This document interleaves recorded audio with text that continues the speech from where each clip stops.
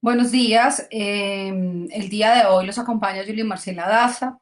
Yo soy abogada de la Universidad Nacional de Colombia y docente de la Universidad Católica de Colombia. Vamos a hablar de los delitos sexuales y una propuesta específica que tengo para el tratamiento de los delitos sexuales y es que los delitos sexuales se enfoquen en la niñez y que exista un proceso de restablecimiento de derechos principalmente en los procesos penales, es decir, que los procesos penales se enfoquen en el restablecimiento de los derechos de los niños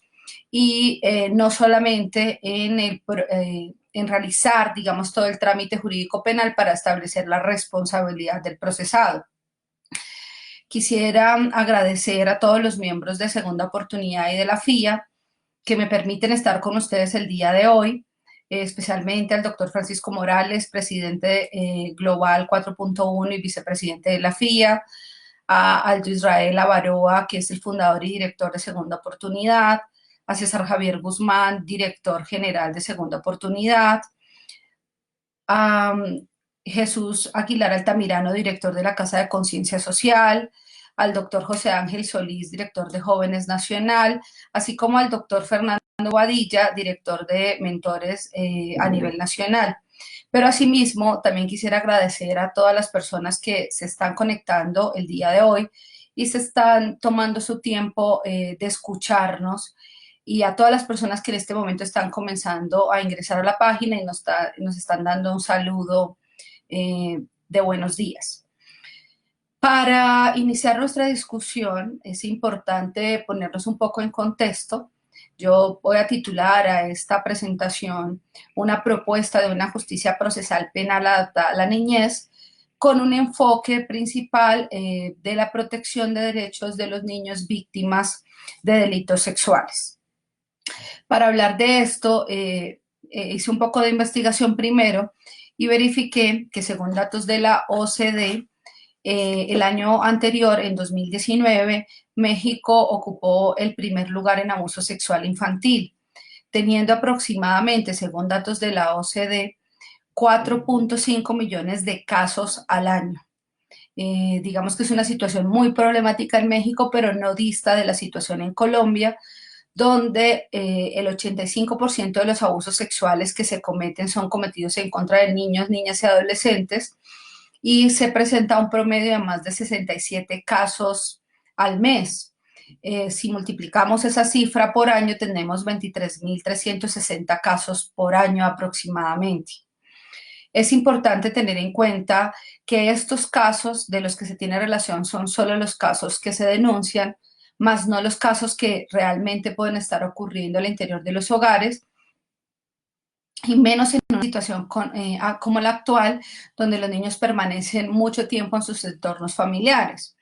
Porque hay que tener en cuenta que en todos nuestros países latinoamericanos, la estadística de la UNICEF nos dice que aproximadamente el 66% de los casos sobre delitos sexuales se presentan al interior del hogar. Es decir, que en este momento muchos de nuestros niños se encuentran en situación de riesgo en todos los países latinoamericanos, porque como decíamos, no es solo un fenómeno que ocurra en Colombia o en México, sino que también es un fenómeno que afecta a muchos países en el mundo. Digamos que es un fenómeno mundial.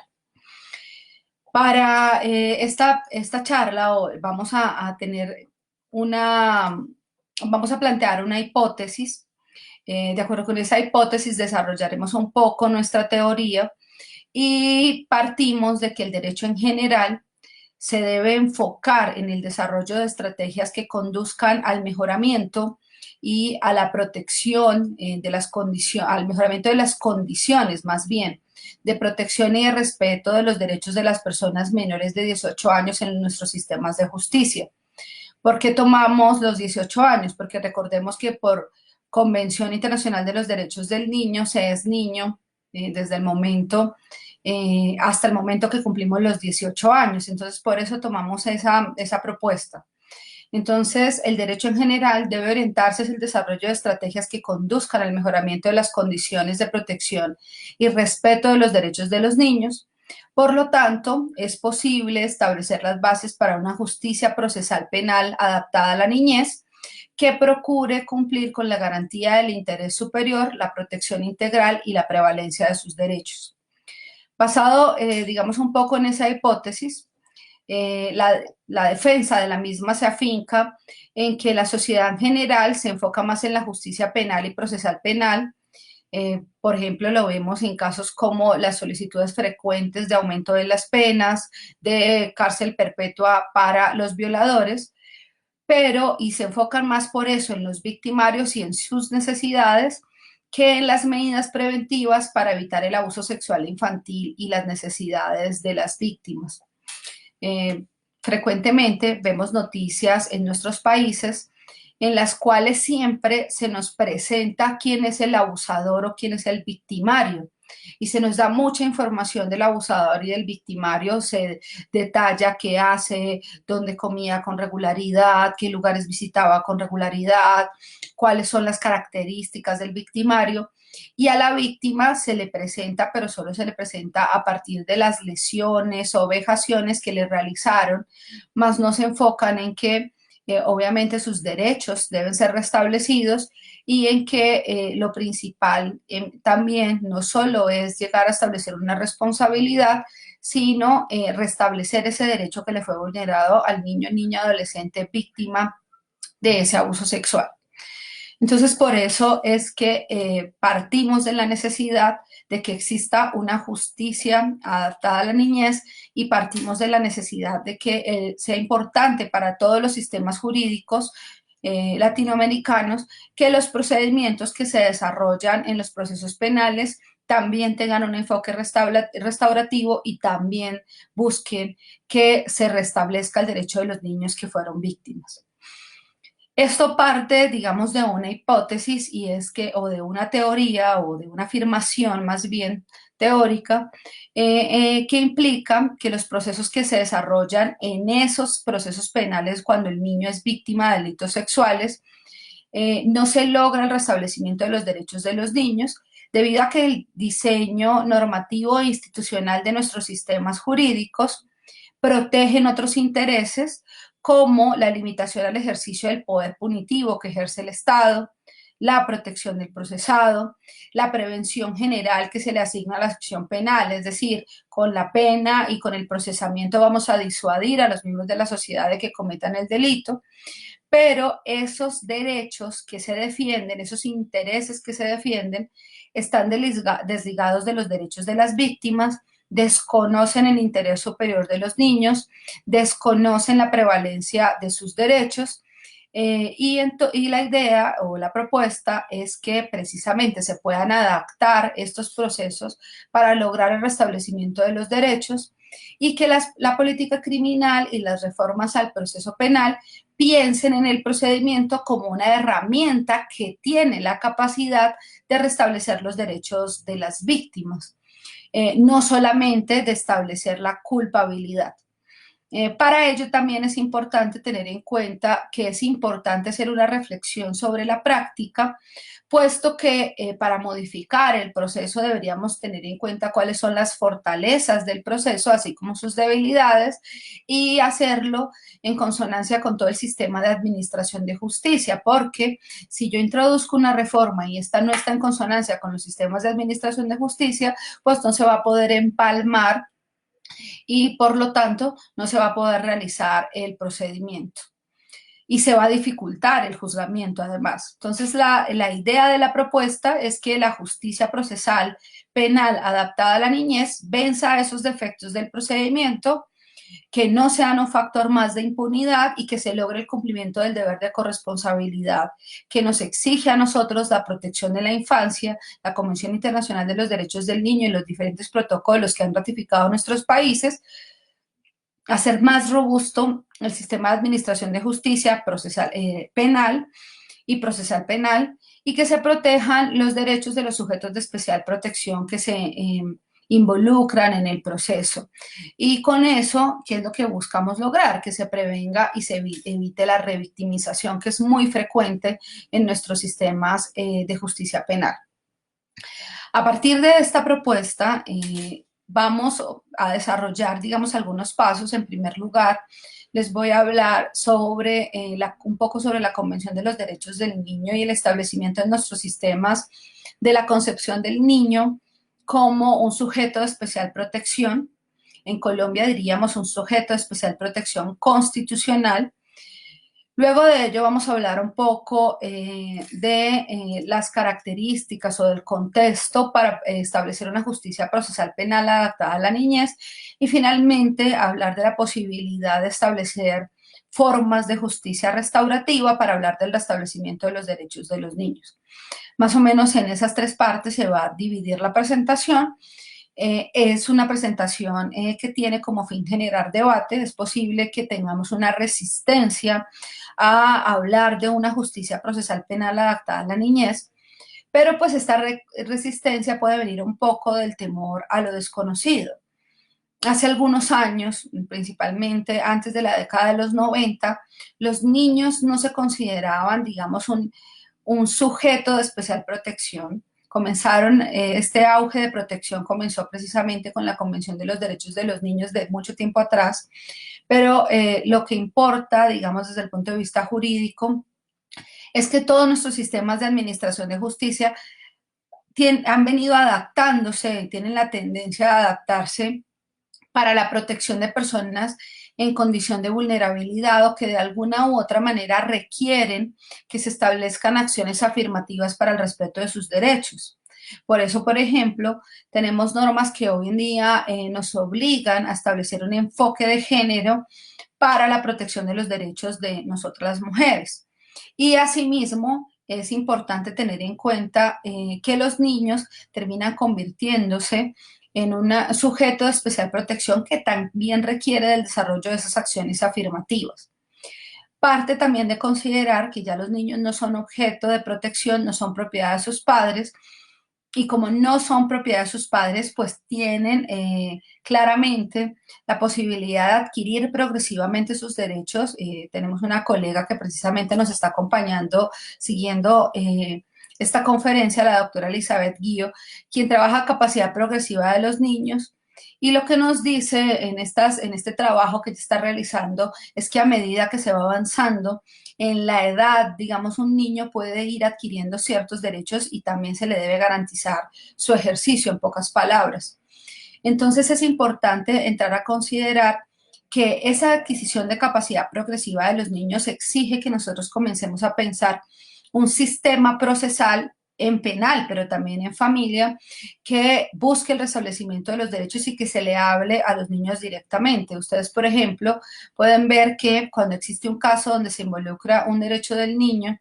los funcionarios judiciales, los funcionarios administrativos encargados de la protección, generalmente le hablan a los niños a través de los padres, es decir, le dicen a los padres cuál es el procedimiento que se desarrolla, cómo se va a desarrollar el procedimiento, qué etapas, digamos, se van a desarrollar el procedimiento, pero muy poco se le habla directamente al niño porque se sigue considerando que el niño no es capaz de comprender, dada su edad, lo que está ocurriendo, digamos, desde el punto de vista jurídico.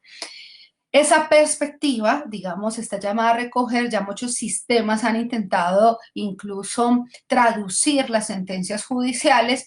a un lenguaje que pueda ser fácilmente comprensible por los niños. Y la idea de esta charla y la idea un poco de trabajo desarrollando hace varios años es que se desarrolle por nuestros sistemas jurídicos estrategias que conduzcan al mejoramiento de la protección de los derechos de las personas menores de edad en cada uno de nuestros países. Y principalmente esta justicia procesal penal adaptada a la niñez para la protección de los derechos cuando los niños son víctimas y en específico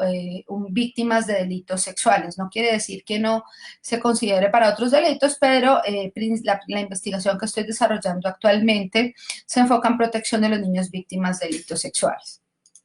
Dicho esto, entonces es importante considerar que la Convención Internacional sobre los Derechos del Niño,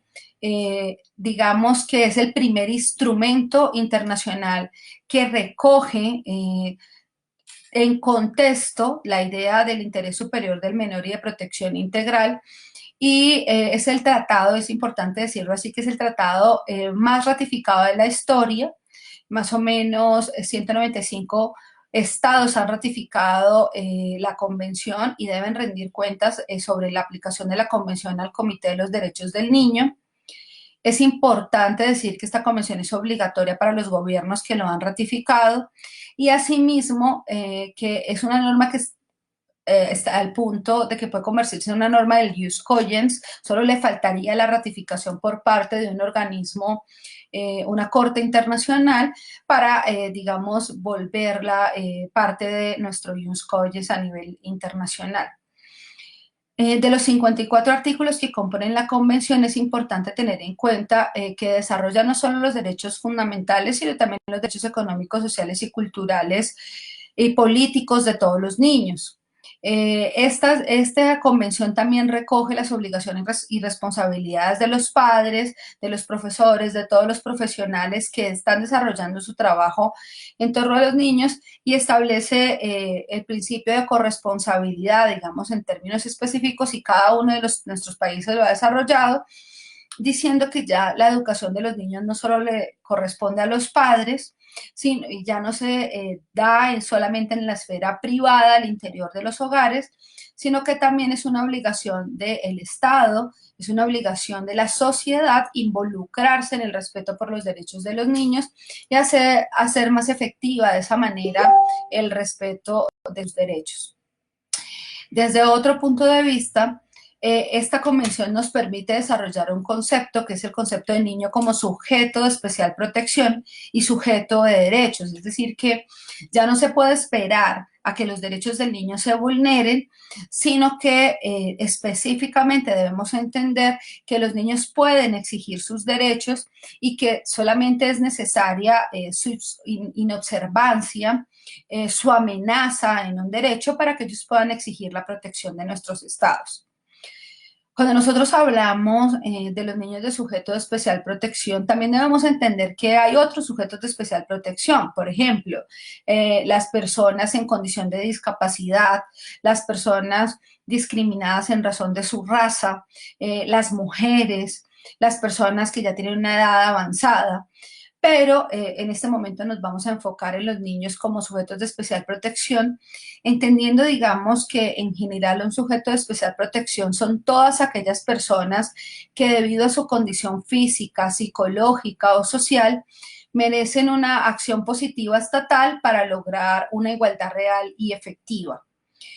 Se ha considerado, digamos que dentro de estos grupos de especial protección en Colombia, que es de carácter constitucional, no solo se encuentran, como les decía, los niños, sino también encontramos muchas otras categorías de personas como las desplazadas por la violencia en nuestro país o personas que se encuentran también en una situación de extrema pobreza.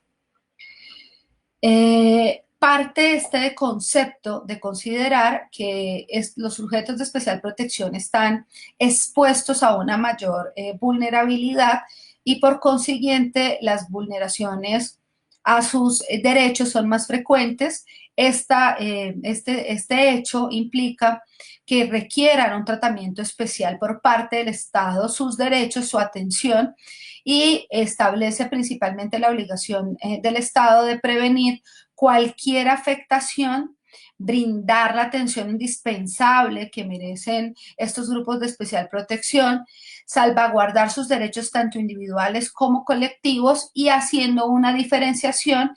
para el trato preferente que busque que realmente los sujetos de especial protección puedan acceder al ejercicio de sus derechos y no se queden allí única y exclusivamente planteados en la ley. También entonces se partirá de considerar que las políticas públicas que desarrollen cada uno de nuestros estados deberán buscar superar esas barreras que tradicionalmente deben enfrentar los sujetos de especial protección por su condición de vulnerabilidad. En cuanto a los niños, entonces enfocamos que existen algunos criterios orientadores desde una perspectiva de los derechos humanos para la protección de los derechos. En primer lugar, que es un deber de todas las autoridades públicas, la garantía de los derechos de estos sujetos de especial protección, en nuestro caso, lo que venimos hablando de los niños, que también se debe garantizar el ejercicio pleno de los derechos, que los derechos se deben gozar en una condición de igualdad, que el acceso de a los derechos debe fomentarse, dentro de ellos el acceso a nuestros sistemas de administración de justicia, entendiendo que el niño tiene capacidad para hacerse parte de los procesos, al menos desde la comprensión de qué es el proceso y por qué él está involucrado y cuál es el deber frente al respeto de los derechos que tienen las autoridades. Igualmente, a que no se discriminen razones de raza, sexo, condición social, económica, edad, condición física o mental, al goce efectivo de todos los derechos y también pensar que es un contexto global, es decir, que está dirigido a todas las personas con una debilidad manifiesta. Esto obliga a que las normas, de acuerdo con estos criterios orientadores que nos da la Convención y que nos dan los diferentes protocolos y las diferentes convenciones que hemos ratificado sobre los derechos, que involucran derechos de los niños, que cuando nosotros desarrollamos desde el punto de vista legislativo una norma o una política pública que tenga que ver con el respeto y la garantía de los derechos de los niños, estas normas tengan un enfoque con un criterio diferencial, es decir, que se establezca claramente que no todas las personas pueden gozar del derecho de la misma manera y que por consiguiente se requiere hacer una diferenciación por cada grupo poblacional para hacer efectivo el respeto de los derechos. A veces se comete el error precisamente de establecer una norma genérica, de no establecer los criterios diferenciadores y al momento en que todas las personas que debemos de una u otra manera involucrarse en la administración de justicia vamos a aplicarla, no encontramos el mecanismo efectivo o tenemos más bien una disparidad de criterios para la garantía de los derechos, lo que dificulta que efectivamente los niños, los adolescentes y todas las personas en condición de vulnerabilidad puedan acceder al mismo hasta que no comenzamos un poco a decantar cuáles son los criterios que se van a tener en cuenta para la protección de derechos. Teniendo en cuenta un poco esta protección, es importante que también, digamos, reconozcamos que nuestros sistemas jurídicos han sufrido muchas transformaciones en los últimos años y que en esa transformación, pues cada vez se vaya consensuando a la sociedad para que se entienda que los niños ya no son propiedad de los padres y por lo mismo no se puede hacer un uso desmedido del derecho a la corrección que tienen los padres, lo que no implica que no se puedan corregir, porque nuestros sistemas todavía reconocen que los padres para la formación en valores de los niños pues tienen un derecho a la corrección, pero que es muy importante entender que al concebir a los niños como sujetos de protección, sujetos de especial protección, la prevalencia de sus derechos y su protección integral debe primar y por lo tanto pues debe evitarse un exceso precisamente en ese derecho de corrección que tienen los padres y enfocar un poco esa protección ya no a la vulneración del derecho, sino a la prevención para que no se vulnere precisamente el derecho. Encontramos que esta necesidad se dio también por la incipiente regulación que existía en muchos de nuestros sistemas jurídicos frente a la protección de los derechos de los niños y que la regulación que existía generalmente se enfocaba en el ejercicio de control parental siempre esperando a que ocurriera una situación irregular, es decir, una violación del derecho, para entrar a realizar de alguna u otra manera la atención de los niños, más no, digamos, el enfoque de prevención. Nuestros sistemas entonces estaban basados precisamente en eso, en la protección ante la vulneración de los derechos de los niños. Los niños dependían por completo de los adultos, todo el cuidado estaba circunscrito al ámbito doméstico y a nivel de política pública, generalmente los sistemas dejaban en cabeza de las primeras damas, las esposas de nuestros mandatarios políticos, las campañas que se hacían para el ejercicio de los derechos de los niños, que generalmente se enfocaban hacia la caridad. Entonces, la atención caritativa de los niños no era un tema frecuente, digamos, era lo que se hacía, y los derechos de los niños no eran un tema frecuente en nuestros sistemas de administración de justicia. En este sentido, cuando se cambia esa perspectiva y conforme a la Convención Internacional de los Derechos de los Niños, que define un parámetro general donde los niños se considera niño a toda persona menor de 18 años, se cambia el enfoque y se comienza a diferenciar un poco las edades para la adquisición progresiva de derechos y las edades también para la garantía de algunos derechos, porque digamos que a algunos se puede acceder fácilmente dependiendo de la edad. No es lo mismo garantizar el derecho a la cultura de un niño de 12 años, de 15 años, a garantizar el derecho a la cultura a un niño de 1 año. Entonces los sistemas comenzaron a adecuar el ejercicio de los derechos a distinguirlo por edades, y muchos de nuestros sistemas, por ejemplo en Colombia, han definido que se considera infante a un niño entre los 0 y los 6 años, niño de los 7 a los 12 y adolescente de los 12 a los 18. ¿Para qué se realiza, digamos, este criterio diferenciador? Como les dije, para garantizar el acceso a algunos derechos, porque no a todas las edades podemos acceder y con igualdad a esa protección. ¿Qué buscan entonces los sistemas jurídicos cuando comienzan a desarrollar estos criterios diferenciadores y al hacer precisamente un enfoque diferencial para el respeto de los derechos? El desarrollo integral de los niños, que realmente los derechos de los niños en un análisis de ponderación prevalezcan sobre todo los derechos de los demás, que cuando yo voy a hacer una discusión sobre un derecho del niño va a establecer las fronteras de ese derecho y asimismo lo pueda correlacionar con el otro derecho que estoy discutiendo, la garantía del ejercicio pleno de los derechos, el mejoramiento de la calidad de vida de los niños, que se eviten cambios desfavorables muy rápidos en los derechos de los niños, que se les proteja ante cualquier amenaza o vulneración,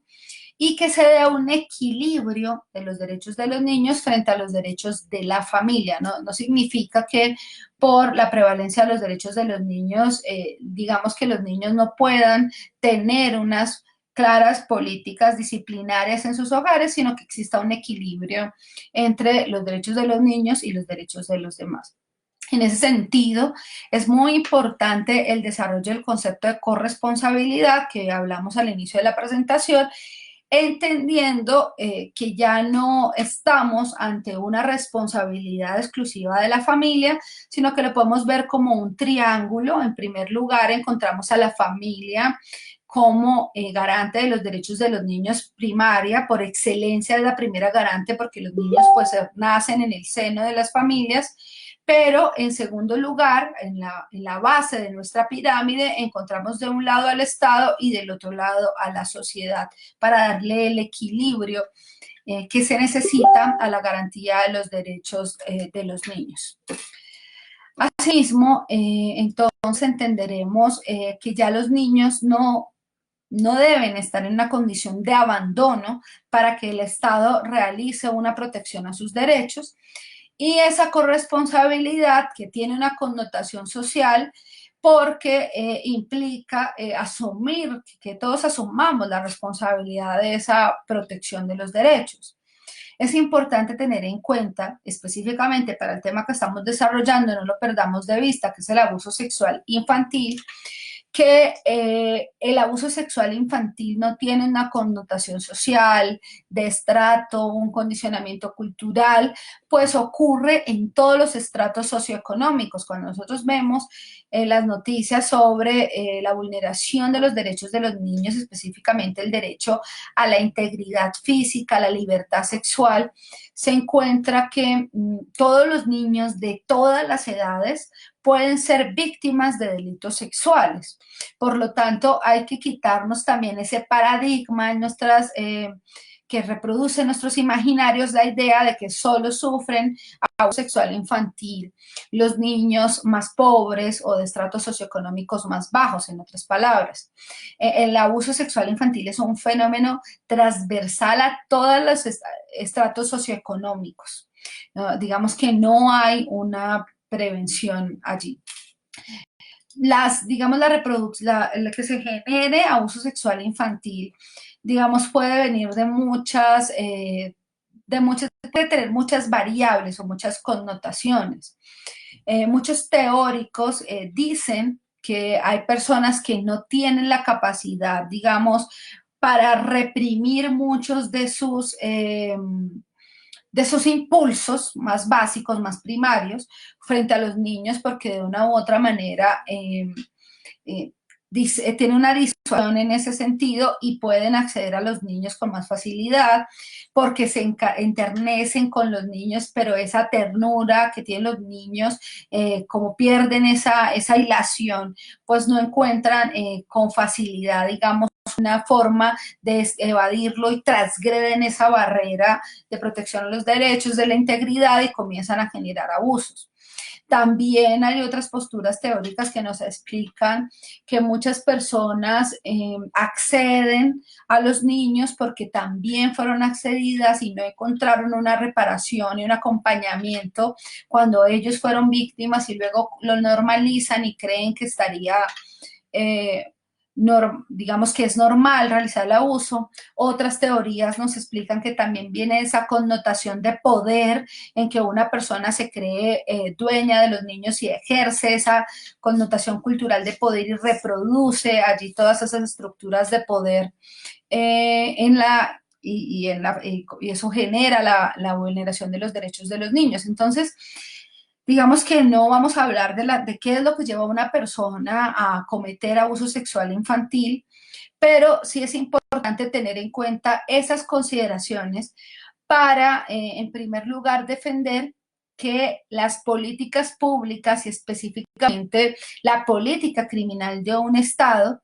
debe enfocarse en la prevención más que en la atención. ¿Por qué? Cuando nosotros proponemos sistemas que se enfoquen en la atención al delito, en aumentar las penas, en establecer cadena perpetua para este tipo de delitos, pues eso no nos resuelve la situación de raíz y el fenómeno social del abuso sexual infantil. ¿Por qué? Porque el aumento de las penas va a atender solo un grupo, o sea, el aumento de las penas parte de que ya el delito ocurrió y que cuando el delito ocurra le voy a imponer una condena alta, que yo considero que es una condena ejemplificante, que yo considero que es una condena que nos puede restablecer el derecho. O cuando yo establezco prisión perpetua, la prisión perpetua específicamente lleva a que el delito ya haya ocurrido, es decir, que tengamos la ocurrencia del delito en el sistema penal, esa será la sanción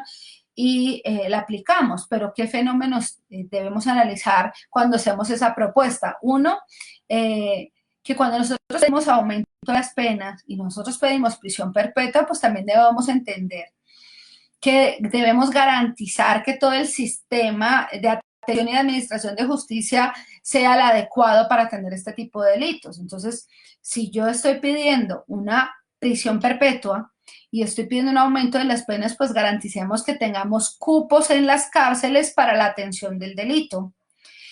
Y garanticemos que nosotros podamos desarrollar un proceso penal rápido, ágil, que no se termine dilatando en el tiempo. Recuerden que decíamos al inicio como hipótesis que encontrábamos que el diseño institucional y normativo que protege otros intereses como el ejercicio del poder punitivo, la protección del procesado y la prevención general que se le asigna a la acción penal, pues llevan a que el proceso tenga que cumplir necesariamente, y no queremos obviar eso, unas etapas procesales.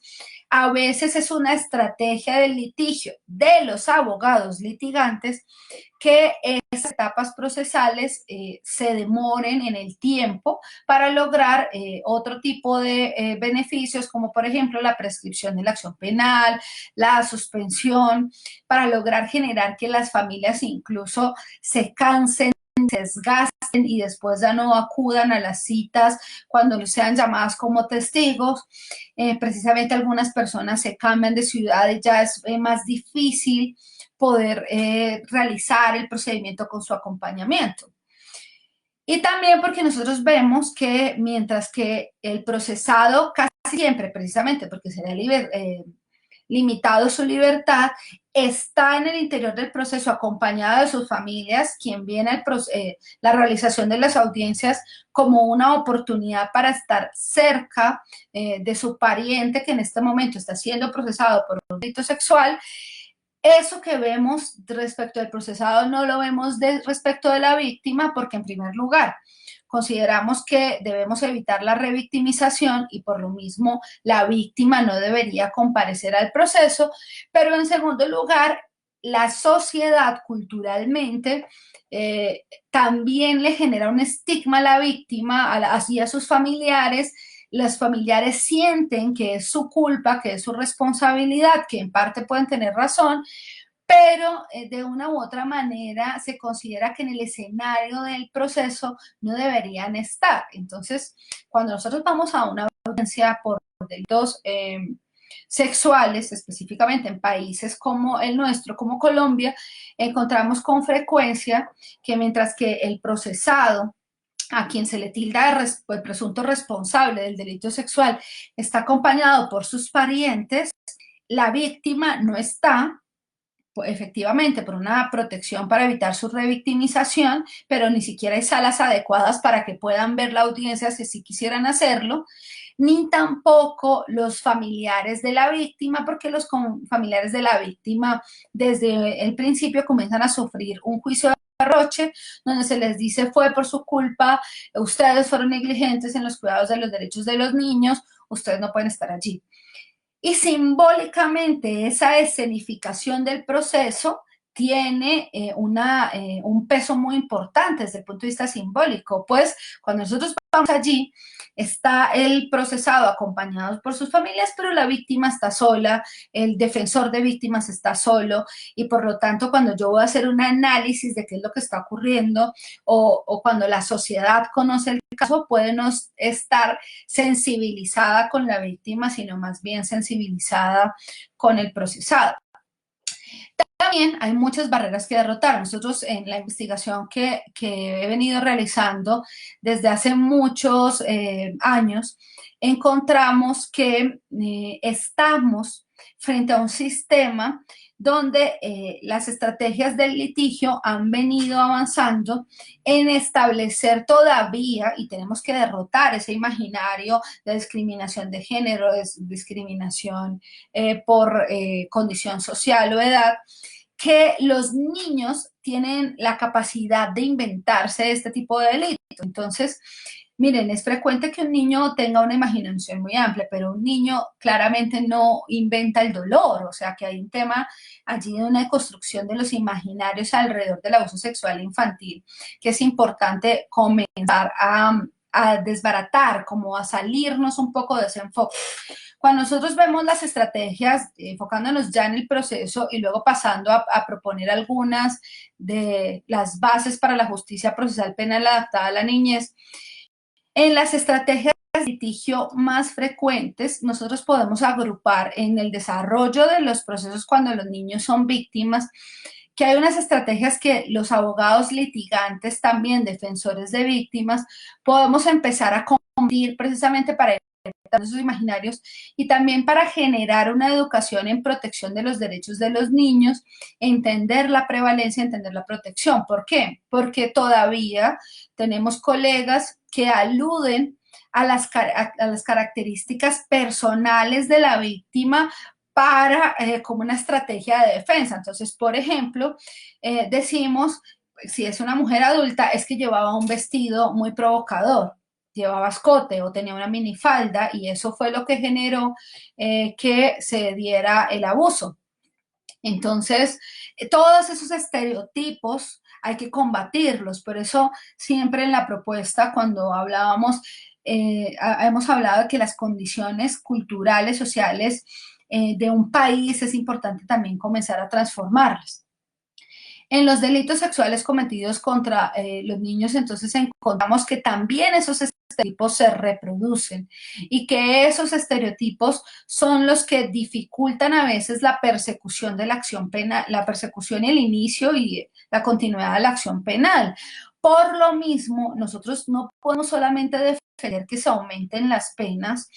y que se dé una prisión perpetua si no cambiamos un poco el imaginario dentro de la acción penal. No solo pensemos en el fin último del proceso, ese es el fin último, mediante el cual establezco la responsabilidad, estableciendo el camino para llegar allá. El fin último es imponer la pena. Ese es el fin último, o sea, todo el proceso se desarrolla y cuando se termine va a tener como consecuencia una sentencia absolutoria o una sentencia condenatoria. Pero mientras que se desarrolla el proceso, es importante tener en cuenta que no se deben vulnerar los derechos de los niños ni los derechos de las víctimas. Y entonces, el proceso debe tener en cuenta esas consideraciones para que durante su desarrollo, no estemos en el fin último, que es imponer la pena, también los derechos de los niños se protejan considerando los sujetos de especial protección y por eso comenzamos la conversación hablando un poco de eso. Entonces, si partimos de que ese imaginario simbólico debemos cambiarlo, que es importante avanzar en esa transformación del derecho, pues entonces es importante cuando se establece la responsabilidad, cuando se piensa en el proceso, que se busque entender que el proceso debe al restablecimiento de los los niños y que el proceso debe evitar la reproducción de aquellos imaginarios, debe evitar la reproducción de aquellos imaginarios que siguen estereotipando a los niños dentro del proceso y que siguen generando que el proceso revictimiza al niño a pesar de que se supone que es un principio del proceso no hacerlo. Ahora, para llegar allá hay que hacer un análisis digamos, de varias variables. Lo primero es que este es un delito complejo, que tampoco es un delito que sea fácil de probar, porque generalmente es un delito, los delitos sexuales son delitos que se producen en la intimidad de los hogares y hacer delitos que se producen en la intimidad de los hogares, pues es la palabra del niño contra la del adulto. Y muchas veces suele considerarse que pues el niño se imagina que tiene una capacidad muy grande y el adulto es un adulto que no es intachable, que en sociedad presenta una imagen pues de respeto, pero esto no significa que una persona, nosotros podemos tener excelentes personas en comunidad, pero en sus hogares, en la vida privada puede tener una personalidad diferente o establecer otros rasgos, porque nosotros sí claramente nos comportamos de acuerdo con el ámbito donde nos encontramos y puede que en el ámbito doméstico no tenga la misma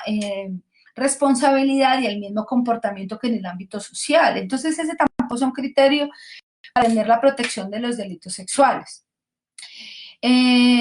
Es importante entonces entender que este delito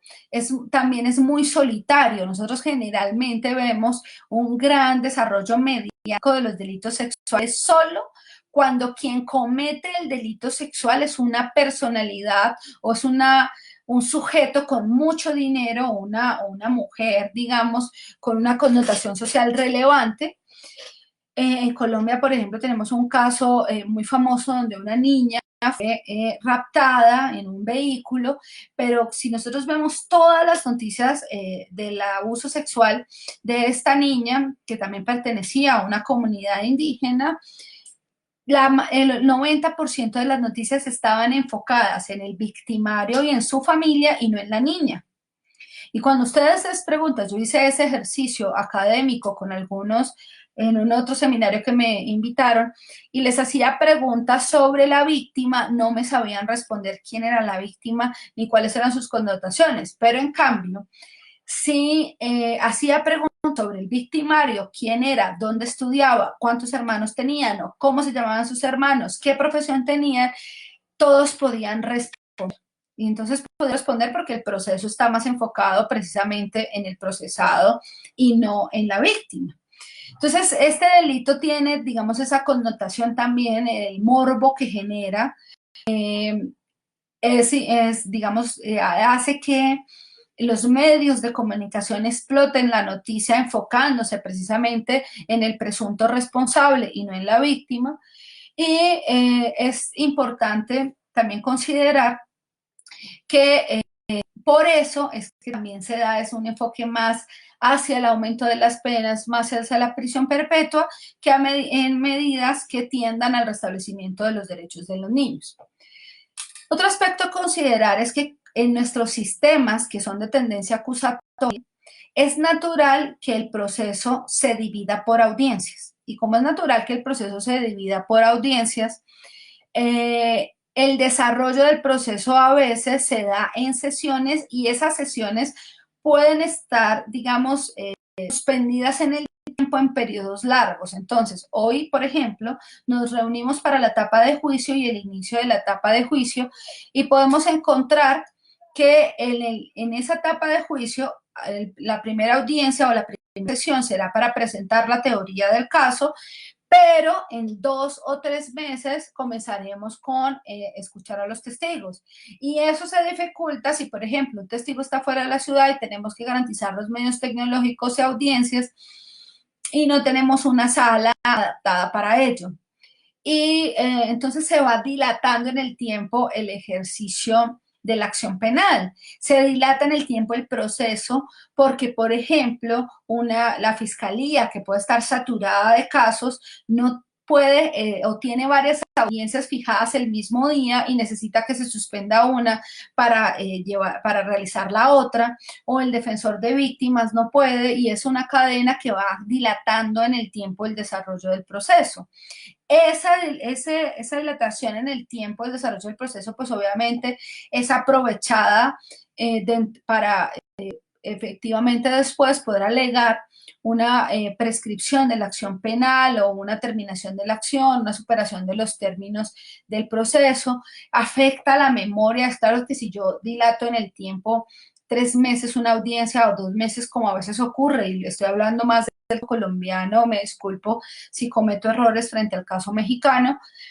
pero esa dilatación del tiempo y esa pérdida de la memoria es claro afecta al juicio. Pueden decir, no, está el video y está la reproducción de la audiencia y el audio que pueden oír, pero no es lo mismo. Nosotros sabemos que las sensaciones, las percepciones que nos genera el desarrollo de un proceso no será igual cuando lo podemos evidenciar, cuando lo sentimos y lo vemos en el momento, a explicarlo pasados 2 o 3 meses. Entonces también es un criterio que es muy importante tener en cuenta. Dentro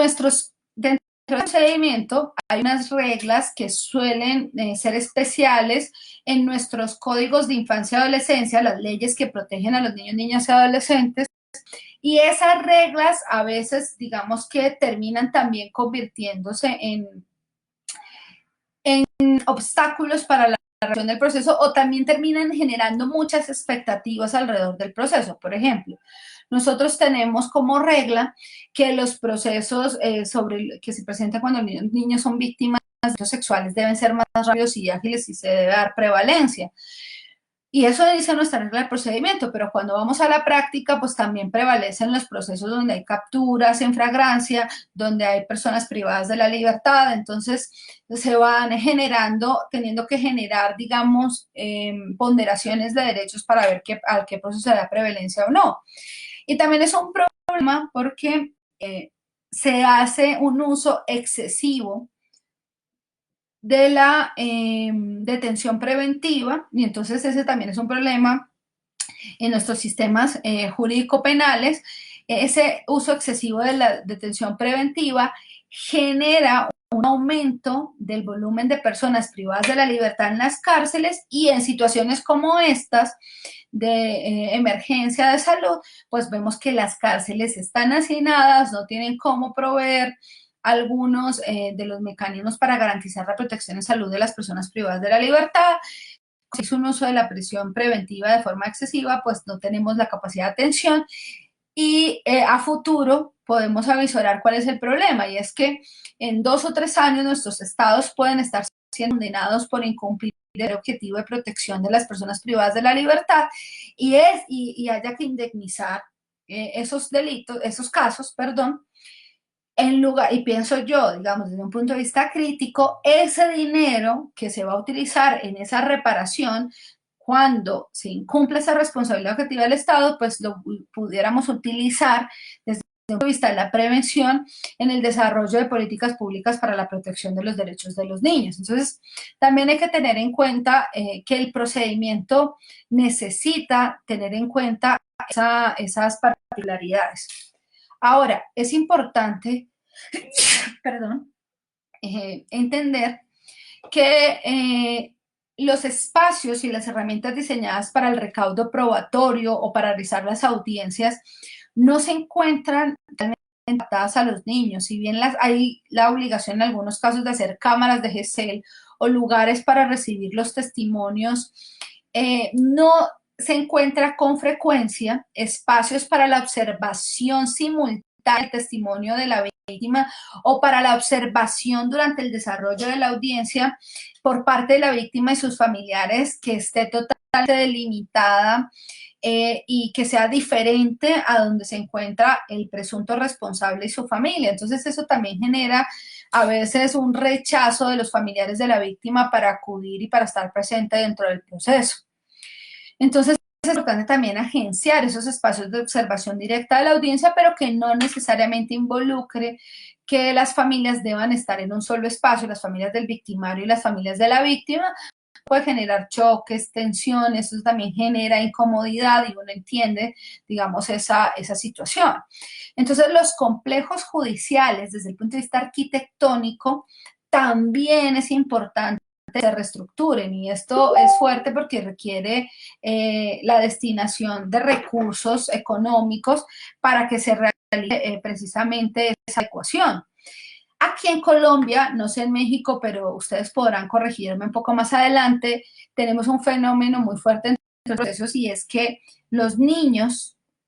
cuando tienen que ir a su entrevista en cámaras de GESEL en el marco del proceso, pues generalmente entran por la misma puerta por la que entra el presunto responsable de su familia. Entonces pensemos que el niño, un niño abusado tiene que revivir el trauma porque puede encontrarse en cualquier parte del complejo judicial con su victimario porque la entrada es la misma. Entonces, no, desde eso, desde cosas tan simples como el diseño arquitectónico de los procesos judiciales, no se piensan en consideración de los niños. Para un niño que ha visto televisión, que escucha a sus padres, también suele ser generar una situación de temor.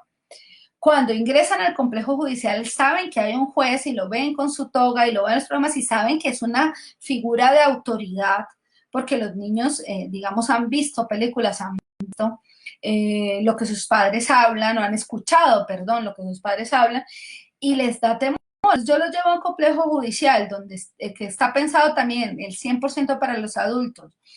y los niños ingresan por la puerta por donde ingresan jueces, funcionarios, victimarios y responsables, pues desde ahí están teniendo un trato que los hace generar un poco de oposición frente al proceso y que podría generarles una revictimización. No, digamos que no todos los espacios físicos están acondicionados para recibir a las víctimas. Y esto no solo pasa en los niños, sino pues pasa con las otras víctimas de otros delitos. Frente a ello, digamos que hay que pensar que por regla general también tenemos en ese diseño normativo una fuerte sobrecarga laboral para nuestros funcionarios públicos. Es decir, no solo los jueces tienen una sobrecarga porque hay una gran cantidad de volumen de procesos que deben atender, y la fiscalía también tiene una sobrecarga laboral, los defensores de víctimas también tienen una sobrecarga laboral, los defensores públicos que paga el Estado también tienen una sobrecarga, porque hay muy pocos para atender el volumen de procesos que se encuentran. Entonces también es un factor muy importante analizar dentro de la transformación de la justicia esa cantidad de sobrecarga que pueden llegar a tener nuestros funcionarios y que impide el trámite o la resolución más ágil del proceso. O sea, no,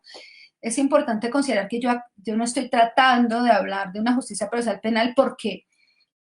a los funcionarios de la no agilidad de los procesos, sino que lo estamos viendo en una dimensión más global, entendiendo que es un problema normativo e institucional, pero porque el diseño también lleva a que no sea el restablecimiento de los derechos.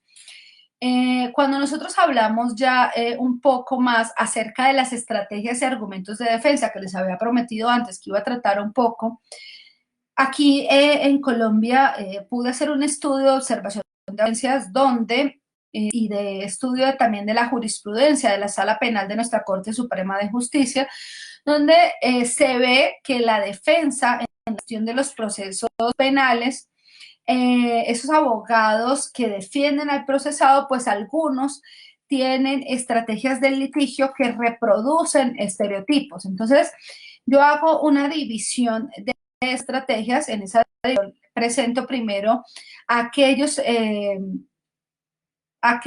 argumentos que revictimizan a la víctima, otros argumentos que culpabilizan a la víctima y otros que gestionan el curso del proceso judicial. Asimismo, a sus argumentos en contra de sus familias. Entonces,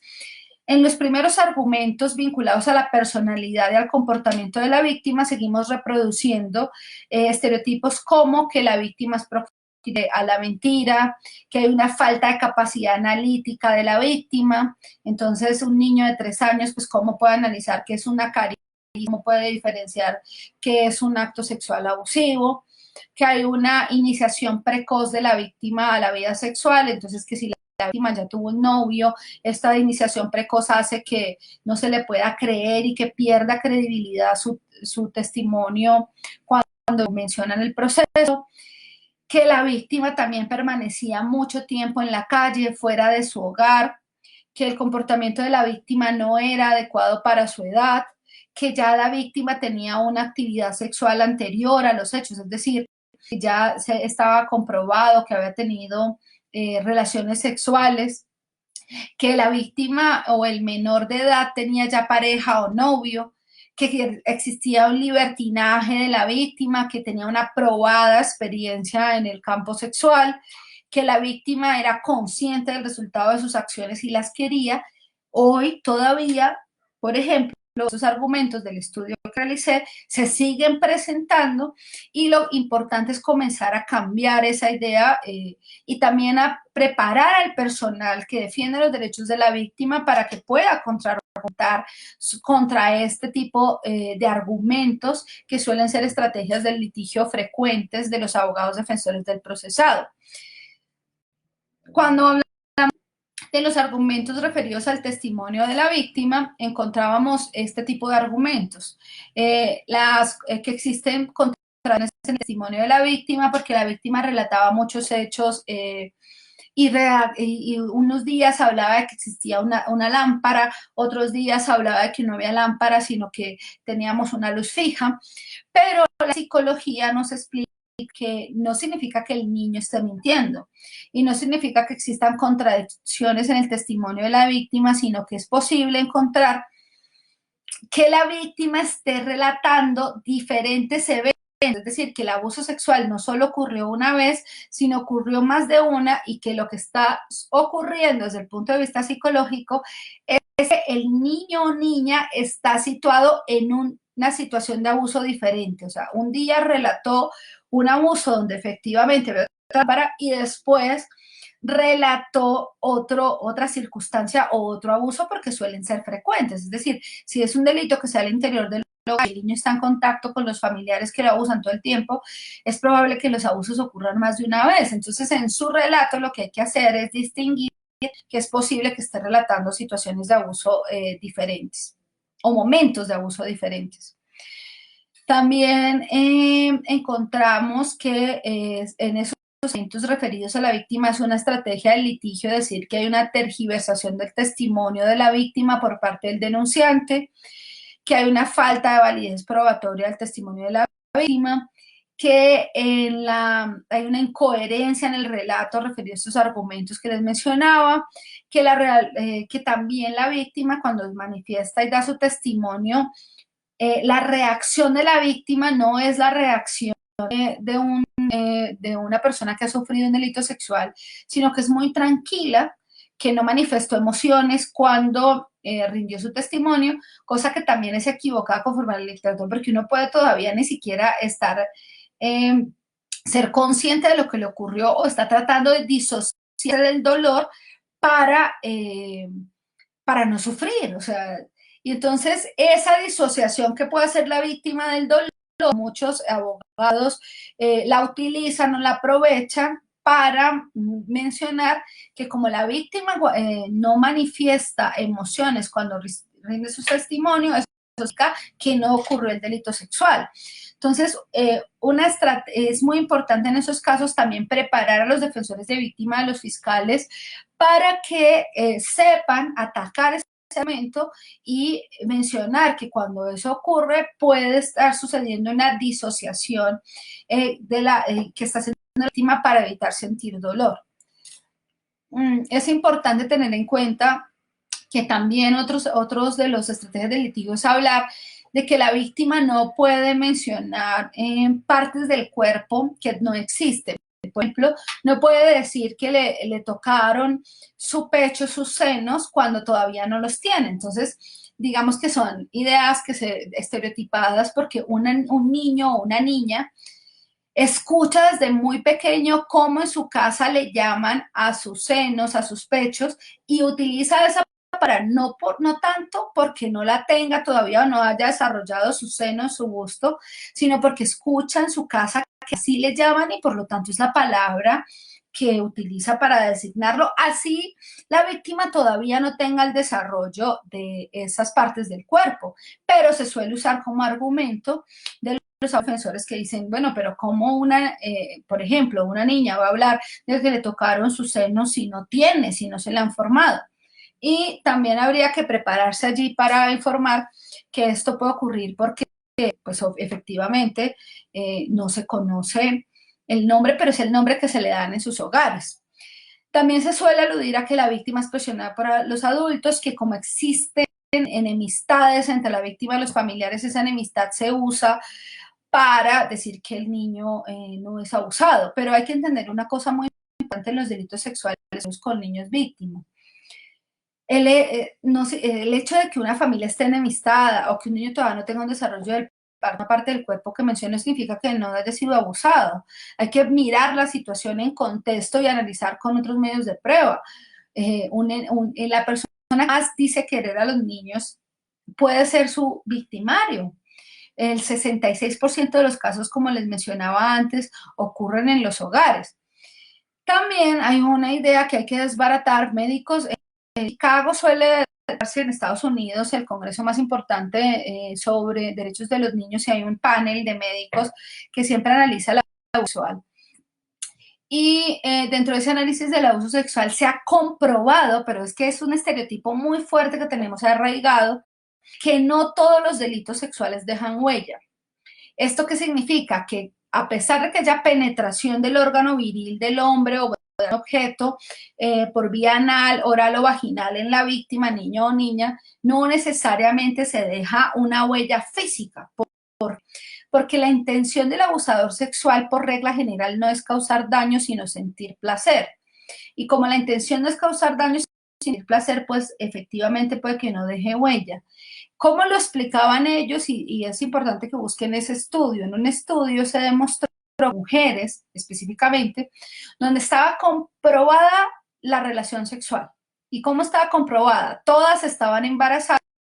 de ellas solo una presentaba una evidencia física en su himen, las demás no.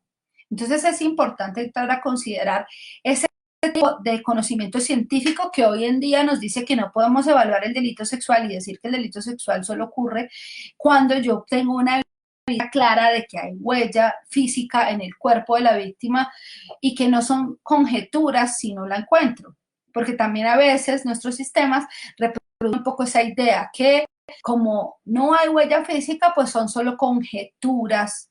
lo que está el testimonio de la víctima y que simplemente el delito no ocurrió por esa falta de certeza. Pero aquí hay un tema muy importante a considerar. Si bien es cierto, yo no puedo a veces indilgar responsabilidad porque necesariamente debe agotarse el proceso respetando la presunción de inocencia, respetando los derechos del procesado. Lo cierto es que si el proceso termina con investigación y llega a acusación para dar inicio al proceso, es que el delito sí existió. No importa si el procesado o no, el delito existió porque me llevó todos los elementos de prueba y todo, me llevan a decir que el delito ocurrió. Por eso es que proponemos una justicia penal enfocada a la niñez, porque la discusión no solo es la responsabilidad, puede que cuando yo realice el proceso absuelva al procesado porque encuentre que no hay pruebas suficientes para establecer la responsabilidad. Pero si el proceso se llevó a cabo, si se hicieron los exámenes médico-legales, si desde el punto de vista psicológico el niño demuestra, o sea, y se ve y se evidencia con toda la experticia médica y psicológica que tenemos que el niño fue víctima, pues debemos también enfocarnos a su restablecimiento, porque entonces el restablecimiento quedó en que el proceso penal se desarrolló, no se llegó a culpabilidad y los derechos del niño ¿dónde estaban? Por eso es que se promueve una justicia procesal penal adaptada a la niñez, o sea, que se entienda que si bien el fin del proceso penal es establecer si ocurrió o no ocurrió, el delito fue cometido por la persona que estoy procesando, partimos de la existencia del delito. Si partimos de la existencia del delito, el niño es víctima.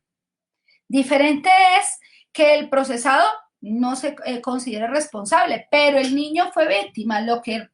necesariamente nos obliga a pensar que el derecho del niño debe restablecerse paralelo al ejercicio de la acción penal y el establecimiento de la responsabilidad. Como les dije, el resultado final puede ser la absolución. Entonces, es una justicia procesal penal adaptada a la niñez, ya para finalizar nuestro tercer punto y no aburrirlos más y que se puedan ir a almorzar. Es una justicia que busca que no solo el ejercicio del ius puniendi por parte del Estado y se respetan los derechos del procesado y condenado, debe tener esos elementos, pero también debe considerar a las víctimas y a los testigos, especialmente a la niñez, reconociendo su vulnerabilidad, reconociendo que deben garantizarle sus derechos y que esos derechos los va adquiriendo de forma progresiva durante el desarrollo de todas las etapas de su vida. Y que si llegamos al ejercicio de una acción penal, implica que probamos que el delito existió. Si el delito existió, el derecho de los niños debe restablecerse, con dependencia de que se establezca o no la responsabilidad. Entonces es importante comprender que la realización del delito se realiza y que por lo tanto la acción del Estado no solo es castigar, sino también enmendar el daño cometido a la víctima. La adaptación a en este caso, implica que efectivamente se debe evitar la revictimización, que el niño no necesariamente debe comparecer al proceso, pero también darle la posibilidad al niño de que si quiere asistir al proceso lo pueda hacer, porque ahorita nosotros al niño del proceso le dijimos, usted no puede venir porque no puede revictimizar, pero ¿qué pasa con un niño que lo abusaron sexualmente cuando tenía años y ahora tiene 14, tiene 15 y dice yo quiero ir al proceso y yo quiero estar allí? Es un derecho de él no sentirse aislado del proceso. Además de eso, la adopción de medidas que eviten la revictimización, como por ejemplo los encuentros directos con el agresor. Es importante que ese encuentro directo no se dé desde el punto de vista incluso del diseño arquitectónico, que tratemos de evitar que el niño encontrar con la víctima, con familiares al ingreso de nuestros complejos judiciales, que no se le realicen al niño entrevistas repetitivas, exámenes excesivos, uso de calificativos que busquen desacreditarlo como sujeto, ya que no es relevante el comportamiento del delito para justificar que este no ocurrió. O sea, si el niño le gustaba salir a jugar afuera en la calle, pues no, eso no significa que el niño esté buscando con su actitud que lo usen, o que la niña use una camisa que muestre mucha piel. Eso tampoco es un criterio para negar la violación de los derechos, porque es precisamente un estereotipo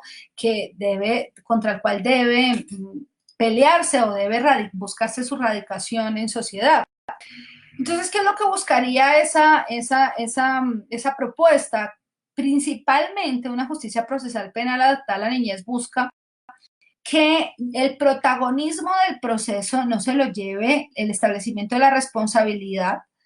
sino que se logre un equilibrio para que a la par de estar realizando el establecimiento de la responsabilidad, se restablezcan los derechos de los niños víctimas de delitos sexuales. Entonces, el proceso penal buscar ese equilibrio entre los intereses de todos, el procesado, las víctimas y la sociedad representada por el Estado, bajo la comprensión de que la acción tiene dos dimensiones. Una frente a la forma como se tratan los daños ocasionados y otra frente a las causas de dichos. Este contexto está avalado incluso por las Naciones Unidas, cuando las Naciones Unidas, en los principios y directrices sobre el acceso a la asistencia jurídica, exactamente la directriz número 7, manifiesta la necesidad de que los sistemas de justicia penal se adecúen con el fin de garantizar esa justicia a los menores de 18 años. Y entre otras cosas implica el deber de proporcionar información adecuada a la edad y a la madurez de las víctimas. Las Naciones Unidas, en esta resolución 2005-20 del 2005, dice que un principio para garantizar la justicia de los niños es el interés superior, entendiendo que todo niño tiene derecho a que sea considerado ese interés primordial y a que se incluya dentro de los sistemas jurídicos de cada país que ha ratificado la convención, y también de los países que se encuentran dentro del sistema de las Naciones Unidas. Las Naciones Unidas, en esa resolución 2005-20 que veníamos hablando, nos dice que es admisible la consideración de la transformación del sistema de un sistema de justicia procesal penal adaptado a la niñez, garantizando el derecho a la intimidad, el derecho a la seguridad, el derecho a la reparación, el derecho a ser amado, y que cuando Naciones Unidas hace su propuesta, nos dice que también es importante comprender que en esa propuesta se debe garantizar la asistencia eficaz a los niños, un trato digno y comprensivo, medidas preventivas especiales, el derecho del niño a ser oído, a expresar sus opiniones y preocupaciones. Y es muy importante porque las Naciones Unidas mencionan que poco desarrollamos, y es que el niño sea protegido de los sufrimientos que se le puedan generar durante el proceso que se está adelantando ante la justicia. Estas directrices también nos mencionan las Naciones Unidas, pueden ser aplicables a la justicia o al derecho de familia también, o sea, porque es una de las áreas donde también se discuten mucho o con frecuencia los derechos de los niños. Entonces, lo que se con esta propuesta es que el procedimiento tenga una función dual. De un lado, se logre el esclarecimiento de los hechos, proteger al procesado, procurar que el delito quede impune, y del otro, lograr el restablecimiento de los derechos de las víctimas. Por lo tanto, el proceso no solo debe buscar la persecución injusta, sino que también debe buscar la reparación efectiva de los niños.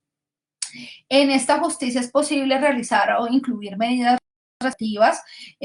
No es necesario pues yo propongo que se incluyan prácticas restaurativas, aunque no que se incluyan completos modelos de justicia restaurativa. Es importante que en estas prácticas restaurativas, por ejemplo,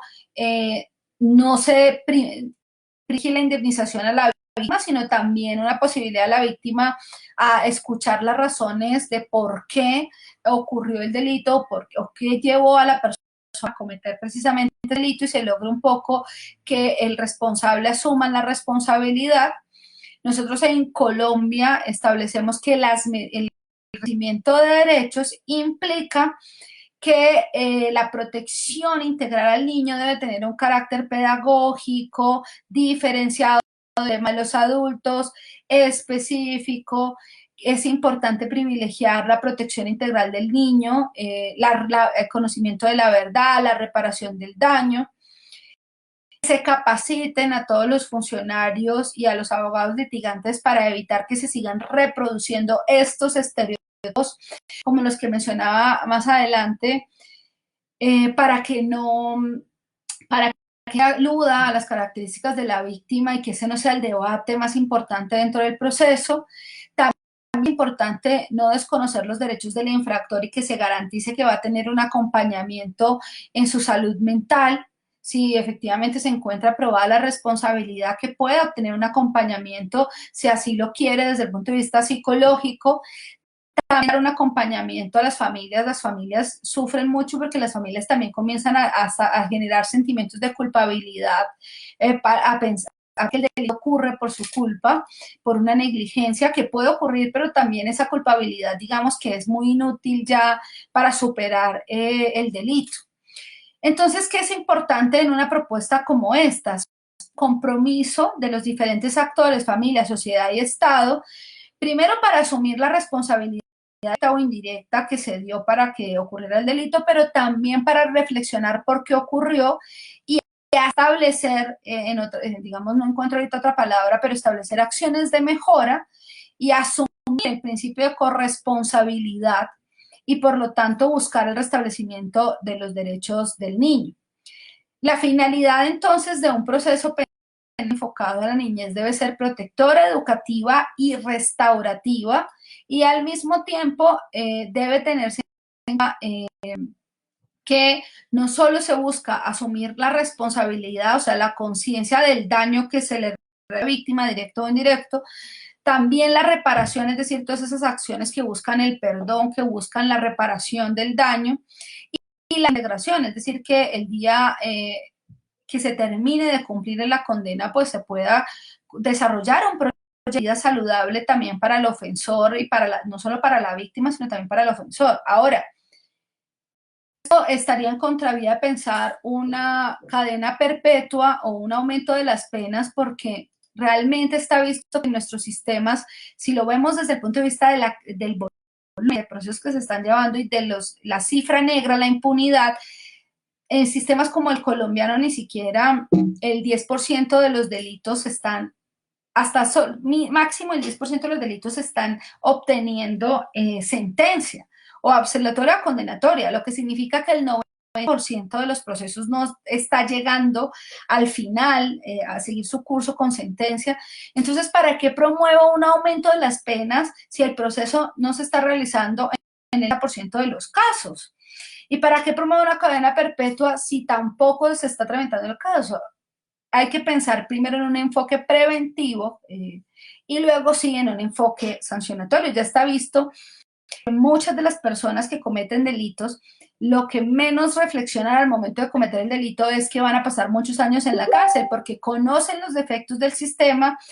Como conocen los defectos del sistema, pues es posible que sepan que el sistema se va a demorar y que como el sistema se va a demorar, es posible que nunca obtenga una condena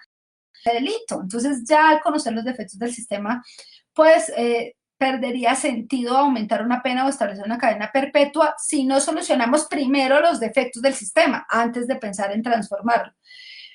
Bueno, con esto un poco espero dar cuenta de todo el panorama de los derechos de los niños víctimas de delitos sexuales. A ver,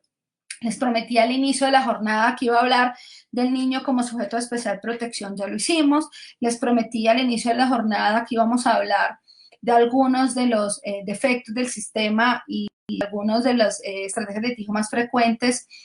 en este tipo de delitos, ya lo hicimos, de los derechos de las niñas víctimas ya lo hicimos, y de la propuesta de justicia procesal penal a la niñez.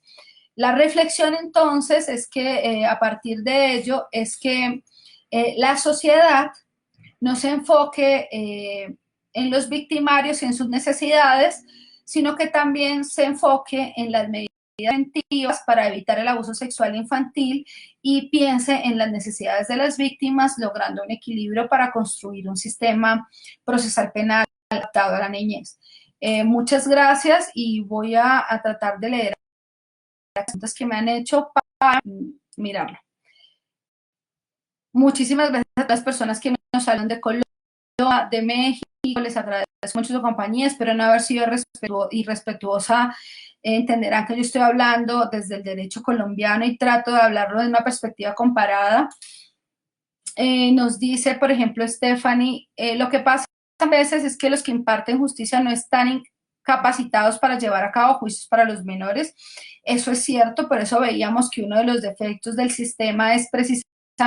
no entrar a considerar la capacitación a los funcionarios. También hay que entender que están sobresaturados de procesos y esa situación yo creo que en todos los niveles, no solo para los jueces, fiscales, defensores de víctimas, sino también que los defensores del procesado puedan comprender el proceso en otra dimensión y comprender que no es necesario para la defensa de los derechos de sus defendidos que ataquen a la víctima. Eso también es muy importante. Un sistema garantista ideal, pero es que el sistema garantista penal tal como está desarrollado protege más a los derechos del procesado, que no está mal. O sea, yo no discuto con que sea necesario el respeto del procesado, sino que también debemos pensar en que si iniciamos el proceso es porque ocurrió el delito. Y si ocurrió el delito, necesitamos reparar las consecuencias del delito, con independencia de que logremos o no logremos establecer responsabilidad. Entonces a Elizabeth, a Carlos, a Javier, a Liz, a Stephanie, a Spiani, perdón, a Javier, a Armando, a Morelia, a Rafael, a José, a Yair, a María, a Jorge, ya tenemos muchos mensajes, a Bárbara, a Moisés, a Yanay. Nos dicen, ¿cómo, una pregunta nos dice Wendy, cómo se le ayuda o cómo se le da el seguimiento a la víctima?